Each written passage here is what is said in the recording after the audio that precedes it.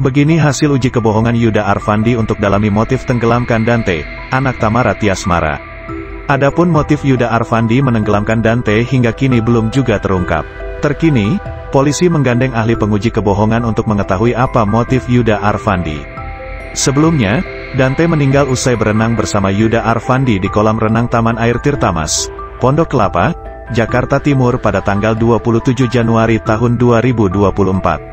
Kepala Bidang Humas Polda Metro Jaya Kombes Ade Arisyam Indradi mengatakan penyidik lama menentukan motif Yuda menenggelamkan Dante karena masih melakukan pendalaman kasus tersebut.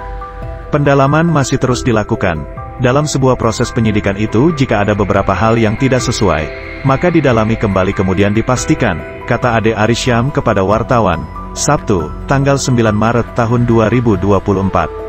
Sehingga, apakah sesuai itu antara keterangan saksi, keterangan tersangka, barang bukti dan TKP itu semuanya match, cocok, lanjutnya.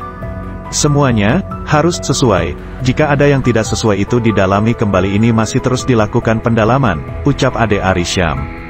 Dalam proses penyidikan kasus pembunuhan Dante yang diduga dilakukan Yuda Arfandi ini, penyidik telah memeriksa saksi.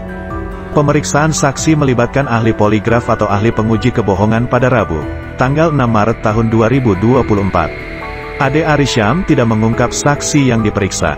Ia hanya mengatakan hasil tes poligraf masih dalam proses pemeriksaan.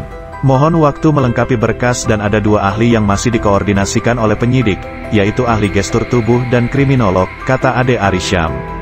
Terungkap betapa kejamnya perlakuan Yuda Arfandi. Ia ternyata menendang Dante sebelum ditenggelamkan di kolam renang. Hal ini terungkap saat rekonstruksi kasus kematian Dante.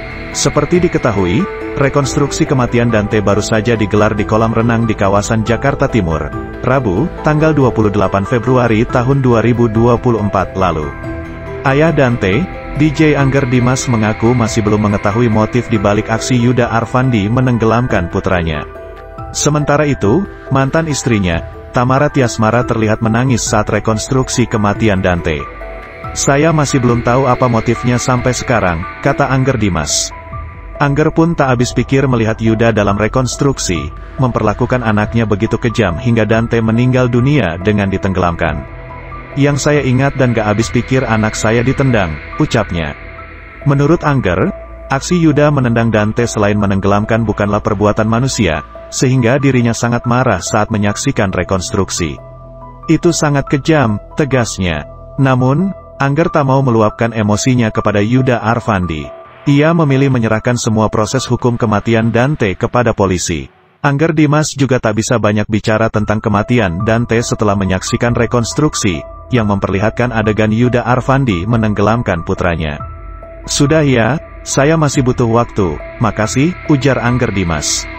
Penyidik Jatanras Polda Metro Jaya melakukan rekonstruksi kronologi kematian anak artis Tamara Tiasmara, Raden Andante Halif Pramudityo alias Dante, 6 tahun, pada Rabu siang, tanggal 28 Februari tahun 2024. Rekonstruksi dilakukan di dua tempat yaitu Polda Metro Jaya dan Kolam Renang Palem Tirtamas, Pondok Kelapa, Jakarta Timur.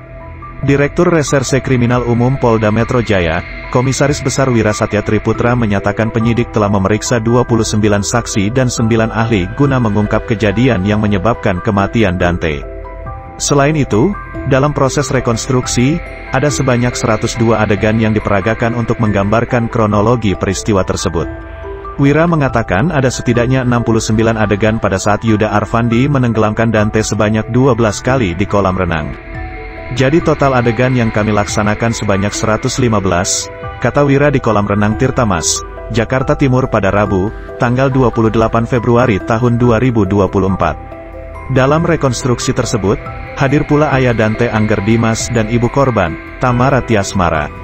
Di samping itu, terdapat juga masa pendukung tersangka Yuda Arfandi yang memberikan semangat dan mengklaim bahwa Yuda difitnah dalam kasus dugaan pembunuhan berencana ini. Berikut adalah fakta-fakta terbaru pembunuhan Dante. Dari hasil rekonstruksi kejadian, terungkap bahwa tersangka Yuda Arfandi sempat menengok kanan-kiri sebelum tenggelamkan Dante. Menurut adegan rekonstruksi, Yuda sempat bergeser dari tepi kolam ke tengah bersama Dante. Kemudian dia terlihat menengok kanan-kiri. Selanjutnya Yuda menarik pinggang korban, kemudian membenamkannya Dante ke dalam air. Aksi itu ia lakukan berkali-kali terhadap korban. Bahkan, setiap Dante mau menggapai pinggir kolam renang, tersangka langsung mendorongnya agar korban tidak bisa menggapai pinggir kolam. Setelah Dante kehilangan kesadaran, tersangka menekan dada korban dengan kedua tangannya. Kemudian, seorang saksi datang memberikan pertolongan kepada korban. Saksi tersebut bernama Sartono, yang menggendong korban sendirian ke mobil dan membawanya ke rumah sakit, diikuti oleh tersangka dan saksi lainnya. Korban kemudian dibawa ke Rumah Sakit Islam Pondok Kopi.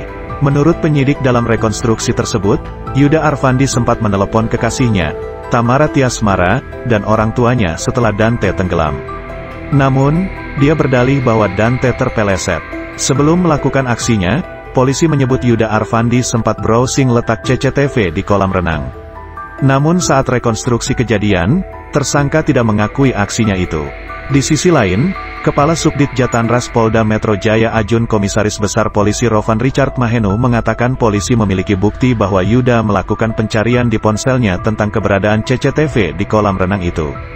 Kalau di dalam pemeriksaannya dia tidak mengakui, cuma kan data itu kami dapat dari hasil digital forensik, kata Rovan ditemui Tempo usai rekonstruksi kematian Dante di kolam renang Tirtamas, Jakarta Timur pada Rabu, tanggal 27 Februari tahun 2024.